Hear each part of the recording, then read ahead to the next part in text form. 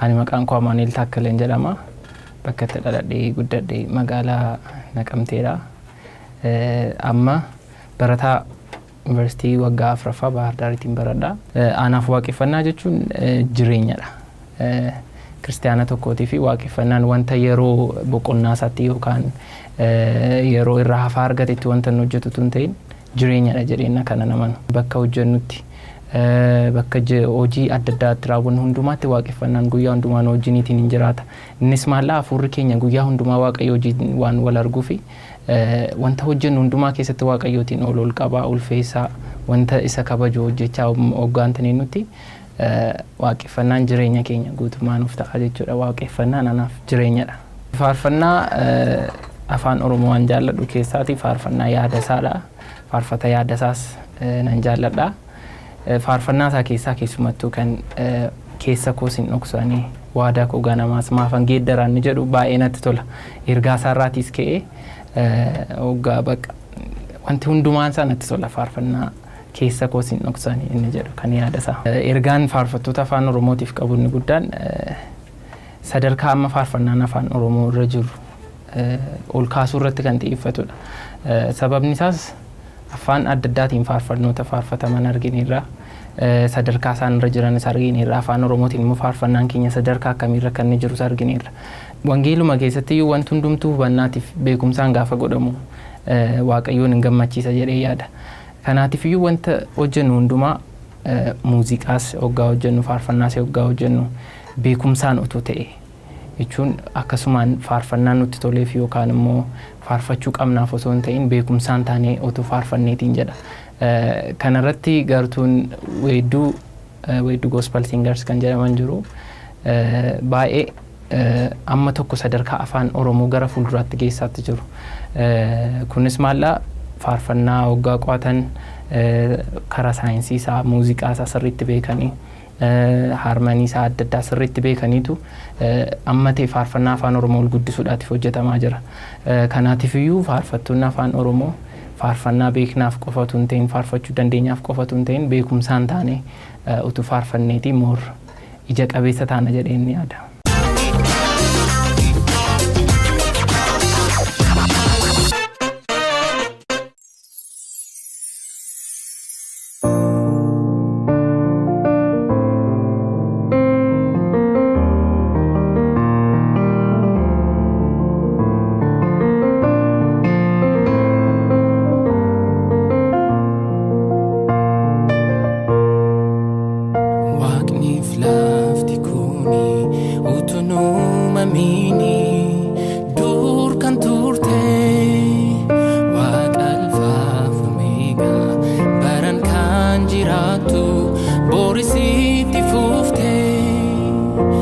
Ilma Waaqa Kiristoos mootii qajeelummaa kanaaf addunyaarratti maqaan kee ol ka'ee jajamaa.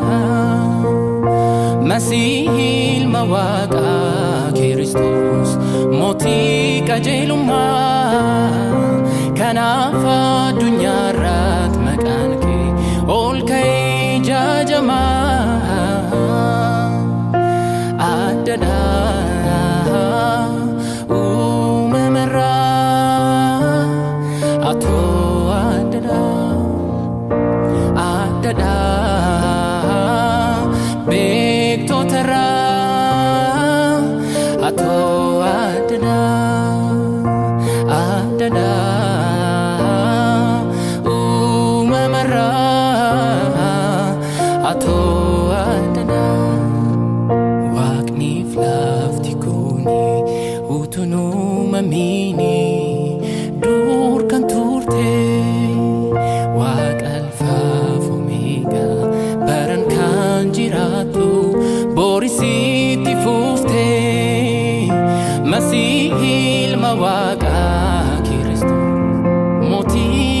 Qajeelummaa kanaaf addunyaarratti maqaan kee ol ka'ee jajamaa. Masiihii ilma Waaqa Kiristoos mootii qajeelummaa kanaaf addunyaarratti addunyaa irratti maqaan kee ol ka'ee jaajama. Addadha uumamarraa atoo addadha addadha beektotarraa atoo addadha addadha moototarraa atoo addadha. Akki kee kan akka kee hin jiru, akki kee kan akka kee hin jiru, akki kee kan akka kee hin jiru, akki kee kan akka kee hin jiru. Samii gubbaa kan akka kee hin jiru, ardii jalaa kan akka kee hin jiru. Yoo barbaanne kan akka kee hin jiru, kan akka kee kan akka kee hin jiru.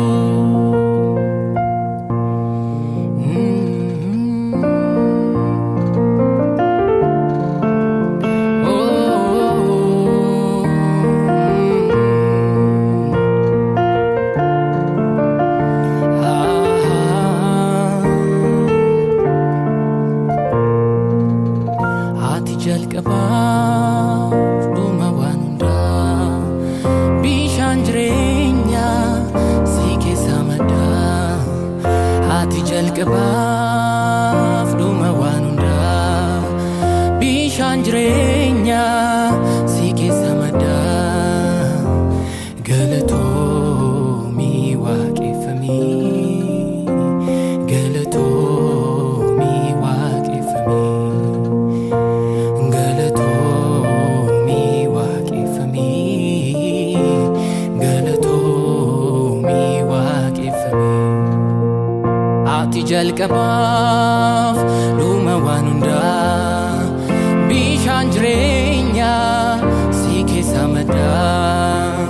Ati jalqabaaf dhuma waan hundaa, bishaan jireenyaa si keessa maddaa. Galatoomii waaqeffamii, galatoomii waaqeffamii, galatoomii waaqeffamii, galatoomii waaqeffamii. Dilbi koo kuusaa koo amanamaa, jilba koo humna koo isaa ganamaa. Naaf kiseetti dafkiteetu qooda koo, gararraa ansitee taamiddoo koo. Dilbi koo kuusaa koo amanamaa, humna koo jilba koo isaa ganamaa.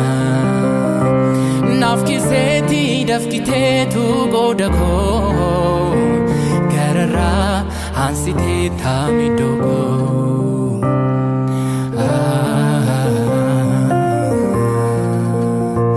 Bal'adhuu si dhiphadhee isaanii kan keetii.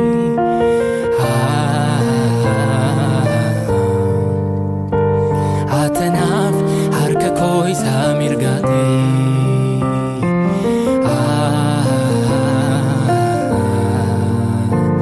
Eenyunaaf hin dhaabatu miidhoo kee.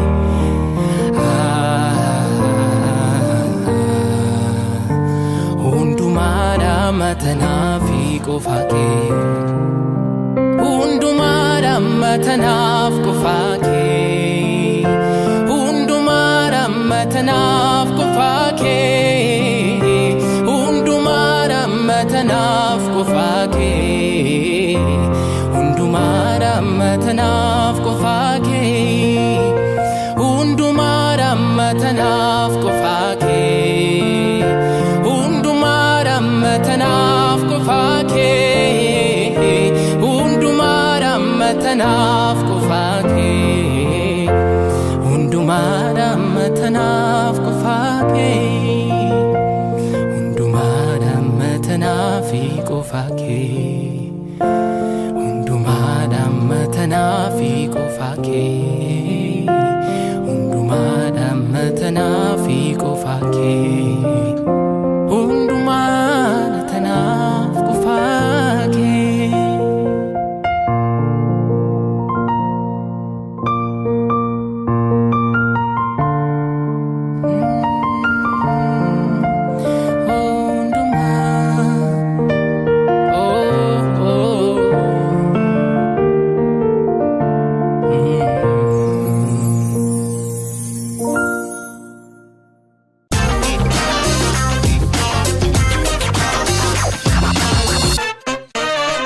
Ani maqaan koo Dassaaleny Magarsaan jedhama. Meeshaa muuziqaa taphadhu kiiboordiidha akkasumas immoo gitaara nan taphadha masiinqoo nan taphadha jechuudha. Mudannoo muuziqaa wajjin na mudate istuudiyootti jechuudha. Asuma istuudiyoo kanatti faarfataa tokkotu dhufe faarfannaan kennanaa jedhe saampilii naa dawwalee dhufe naani simadhee isa booddee gaafa waraabuu fedhu lakkaanni kokaa dhugaa dhufe. Kokaa dhugaa dhufe gaafa faarfadhoo maayikii dura dhaabee eerfoonii kennuufi inni gaafa faarfadhoo ammas irra deebi'ee achumaan kolfeeni waan hin jedhu dhabe bishaan kenneefi faarfachuu dadhabe inni baay'ee dhugeera waan ta'eef sagalee namaa bona jedhani. So mudannoo akkasii na mudate.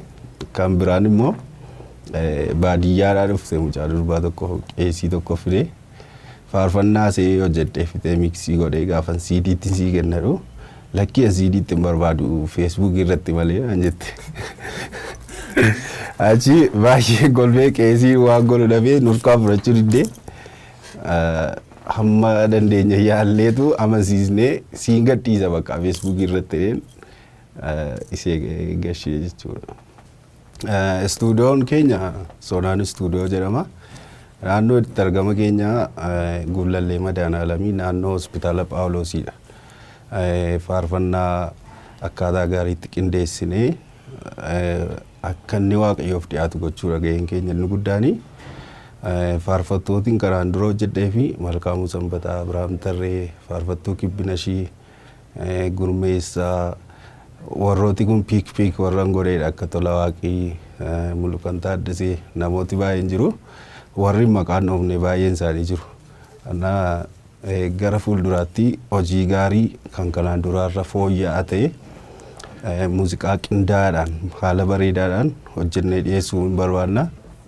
Gara istuudiyoo keenyaa yoo dhuftanii isin simachuu dandeenya hojii gaarii wajjin hojjechuu dandeenya jedhee yaada. Faarfannaa kanaan duraarra muuziqaa kanaan duraarra fooyyessinee hojjetaa jirra. Amma yeroo dhiyootti kan gadhiifamu faarfataa Caalii kan jedhamu jira. Akkasumas immoo faarfataa Ifaa Deessisaa yeroo dhiyootti arguu dandeessu jedha. Galatooma.